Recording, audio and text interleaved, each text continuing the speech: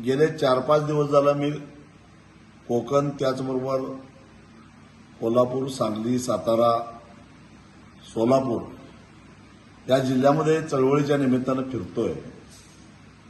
नीटची परीक्षा रद्द झाल्यापासून विद्यार्थ्यांच्यामध्ये आलेलं नैराश्य, त्याचबरोबर पालकांची अस्वस्थता जवळून बघतोय, विशेषतः ग्रामीण भागातल्या पालकांची। अनेक विद्यार्थ्यांना आत्मविश्वास होता की या परीक्षेत मला 715 मार्क मिळतील, 720 मार्क मिळतील। आता पुन्हा नवीन पेपर, नवीन परीक्षा, पुढे काय होईल ही चिंता त्यांना लागून गेली। कुणी जमिनी विकलेल्या आहेत, कुणी घरं गहाण ठेवलेली आहेत, कुणी कर्ज काढलेलं आहे परीक्षेची तयारी करण्यासाठी। त्या साऱ्यांच्या आशा आकांक्षेशी खेळ खेळण्याचा अधिकार या पेपर फोड्यांना कुणीही दिलेला नव्हता।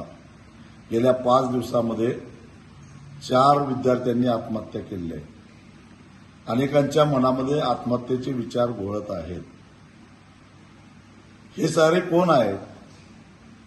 सत्तेमध्ये असणारे आपले हितसंबंध, सरकारमध्ये असलेल्या आपल्या संबंधामुळे आपलं कुणीच काही वाकडं करणार नाही हा आविर्भाव, हा अहंकार, आणि त्यातून पैसा कमावण्याची आलेली ही संधी सोडायची नाही, या पद्धतीनं या सगळ्या लोकांचा आविर्भाव असल्यामुळे या लाखो विद्यार्थ्यांच्या आणि त्याचबरोबर त्यांच्या पालकांच्या आयुष्याशी खेळ खेळण्याचा प्रयत्न या साऱ्या हरामखोर लोकांनी केलेला आहे।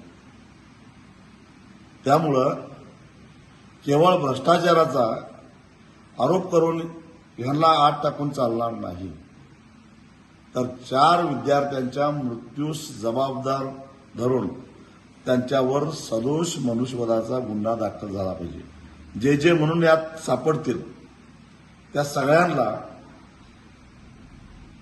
आत्महत्या केलेल्या विद्यार्थ्यांच्या मृत्यूस जबाबदार धरून त्यांच्यावर सदोष मनुष्यवधाचा गुन्हा तर दाखल झाला पाहिजेच, पण पालकांच्या आणि विद्यार्थ्यांचा मानसिक छळ केल्याचे गुन्हे सुद्धा दाखल झाले पाहिजे।